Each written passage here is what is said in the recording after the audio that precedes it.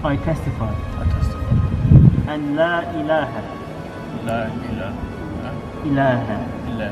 illallah wa ashhadu anna Muhammadan abduhu wa rasuluhu।